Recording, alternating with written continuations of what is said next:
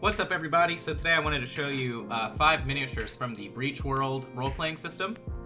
So these were sent by the author, and they are 3D prints. So for a 3D print, they're actually really high quality, but the game that we play with sort of these lower detail things is pushing contrast and forcing shadow and things like that. So sort of break down the project in terms of scope of color use and everything.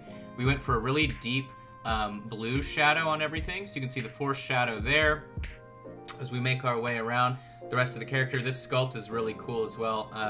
Obviously it's a little bit front heavy, but it doesn't really fall over that often, so I think it's actually really successful. But so I went for that really heavy weathered look. The setting is like a post-apocalyptic future setting. So this, this axe right here is like a traditional axe head, half a saw blade, and then a license plate.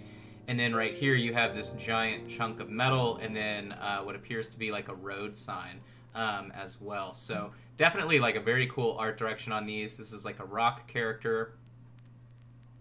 Definitely think he looks really cool though, so old and weathered. And then the basing, so this one isn't as cool because he's causing a lot of shadow on his base.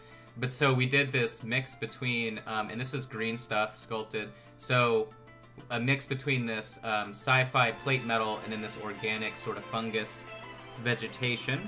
So that was that big boy. Then we have this sort of fox character, or fox anthropomorphic whatever, beast humanoid. You can see the base on this one. Really nice effect. It's got this big condor buzzard friend that you're seeing there. But really fun pose. And good colors too. I like the fact that the orangish skin works well with the palette overall.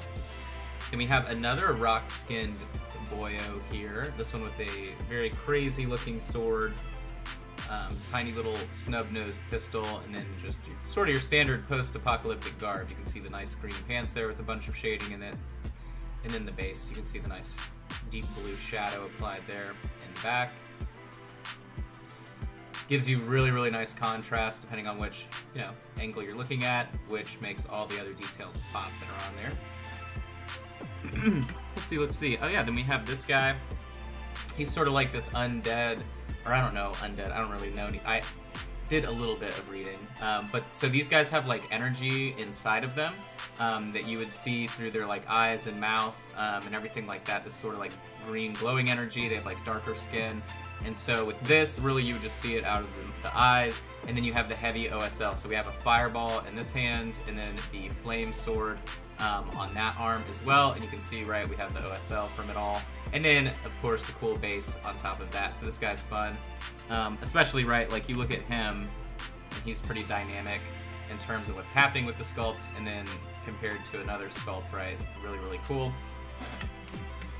And then the last character here is this female character. She has a darker complexion to begin with, black hair that's highlighted up, and then she's wearing this all-over sort of olive green dress outfit with a red leather sort of vest on top with like metal epaulets. The base you can see there, similar to all the other bases, and then our deep blue shadow coming from the bottom back.